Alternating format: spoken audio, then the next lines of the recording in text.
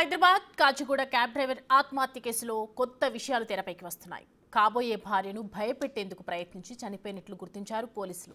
తిలక్ నగర్లో నివాసం ఉంటున్న ఆదర్శ్ 3 ఏళ్లుగా ఆ యువతిని ప్రేమిస్తున్నాడు. 2 కుటుంబాలు పెళ్లికి ఒప్పుకోవడంతో గత నెలలో ఎంగేజ్మెంట్ కూడా పూర్తయింది. ఏప్రిల్లో పెళ్లికి డేట్ ఫిక్స్ చేశారు. అయితే సోమవారం రాత్రి యువతికి కాల్ చేసిన ఆదర్శ్ టెంపుల్ రావాలంటూ అడిగాడు. అందుకు ఆమె నిరాకరించడంతో చనిపోతానంటూ బెదిరించాడు. ఐరన్ బాక్స్ వైరుతో ఉరేసుకుంటున్నట్లు కూడా బ్లాక్మెయిల్ చేశాడు. అయితే సపోర్టుగా ఉన్న కుర్చీ పక్కకి జరగడంతో వైరు బిగుసుకుపోయింది. దాంతో అతడు అక్కడికక్కడ చనిపోయాడు. ఇక ఇదే విషయానికి సంబంధించి మరిన్ని వివరాలు సుజాత అందిస్తారు. కాచిగూడ తిలక్ నగర్లో నివాసం ఉంటున్నటువంటి ఆదర్శ్ సోమవారం 12 గంటల ప్రాంతంలో ఫ్యాన్కి హ్యాంగ్ చేసుకుని చనిపోయినటువంటి ఘటన చోటు చేసుకుంది. సంఘటన స్థలానికి చేరుకున్నటువంటి పోలీసులు కేసును నమోదు చేశారు. ప్రస్తుతము 3 సంవత్సరాల నుంచి పాలకుర్తికి చెందినటువంటి ఆదర్శ్ తల్లిదండ్రులతో ఇదే ఇంట్లో ఉంటూ క్యాబ్ డ్రైవర్గా పనిచేస్తున్నాడు. 3 సంవత్సరాల క్రితము తను ఒక అమ్మాయిని ప్రేమించానంటూ ఇంట్లో చెప్పడంతో తననే పెళ్లి చేసుకుంటాను అని కుటుంబ సభ్యులకి చెప్పిన తర్వాత అమ్మాయి ఇంటికి వెళ్ళి కుటుంబ సభ్యులు మాట్లాడారు. మార్చిలోనే వాళ్ళిద్దరికి ఎంగేజ్మెంట్ అంది. అయితే ఏప్రిల్ 13వ తారీఖు పెళ్లి ఉంది. పెళ్లికి పెళ్లి పనుల్లో కుటుంబ సభ్యులంతా ఆదర్శ్ తల్లి తండ్రి ఊర్లో ఎంతో ఘనంగా పెళ్లి చేయాలి. ఆదర్శ్ ఇంటికి చిన్నవాడు, 2 అమ్మాయిలకి పెళ్లి చేశాము. ఆదర్శ్ పెళ్లి ఘనంగా ఊర్లో చేస్తే అందరూ వస్తారు.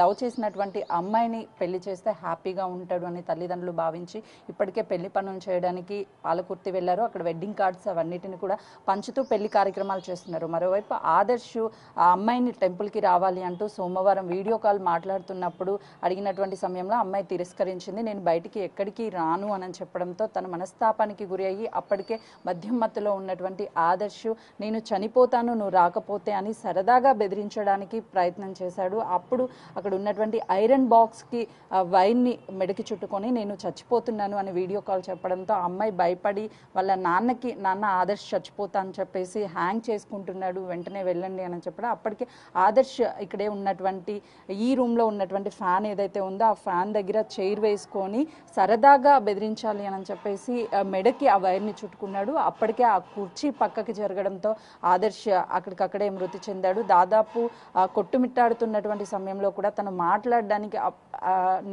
మెడకి గట్టిగా వైర్ చుట్టుకోవడంతో మాటలు కూడా బయటికి రాలేదు. అర్ధరాత్రి 12-12:30 గంటల ప్రాంతంలో కావడంతో చుట్టుపక్కల ఉన్నటువంటి వాళ్ళకి ఎవరికి సౌండ్స్కి వినిపించకపోవడం, దాంతోపాటు ఇది అపార్ట్మెంట్ కావడంతో చుట్టుపక్కల ఉన్నటువంటి ఎలాంటి హౌసెస్ లేవు, ఇండివిజువల్ అన్ని అపార్ట్మెంట్స్ ఉండడం, దూరంగా ఉండడంతో ఆ శబ్దాలు కూడా బయటకు వెళ్ళే అవకాశం లేదు. అప్పటికే తను లోపల లాక్ చేసుకొని ఉన్నాడు. సంఘటన స్థలానికి చేరుకున్నటువంటి పోలీసులు కూడా లోపలికి వెళ్ళేటప్పుడు విండోస్ మొత్తం క్లోజ్ అయి ఉండడంతో ఏ రూమ్లో 2 గదులు ఉన్నాయి, ఏ రూమ్లో జరిగింది ఏంటి అని చెప్పేసి పోలీసులకు అర్థం కాలేదు.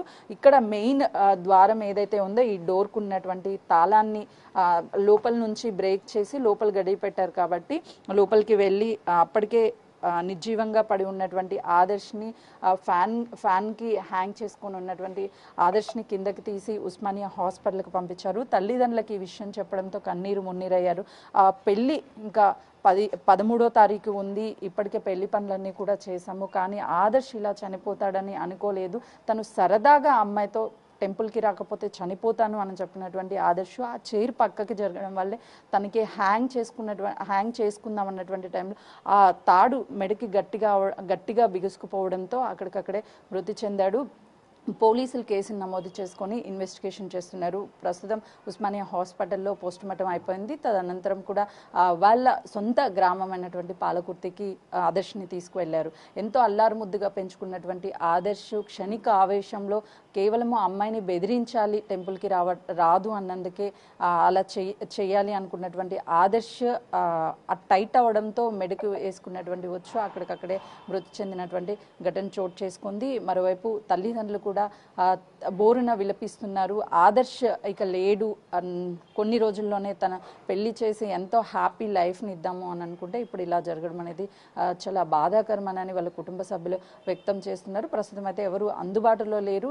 ఈ ఘటన జరిగిన తర్వాత అప్పటికే పోలీసులు వాళ్ళకి సమాచారం ఇవ్వడంతో పాలకుర్తి నుంచి వచ్చి తర్వాత ఉస్మానియా హాస్పిటల్కి వచ్చి పోస్టుమార్టం ప్రక్రియ అంతా కొనసాగిన తర్వాత సొంత గ్రామానికి తీసుకువెళ్లారు. కెమెరామెన్ వేణుతో సుజాత, కాచిగూడ.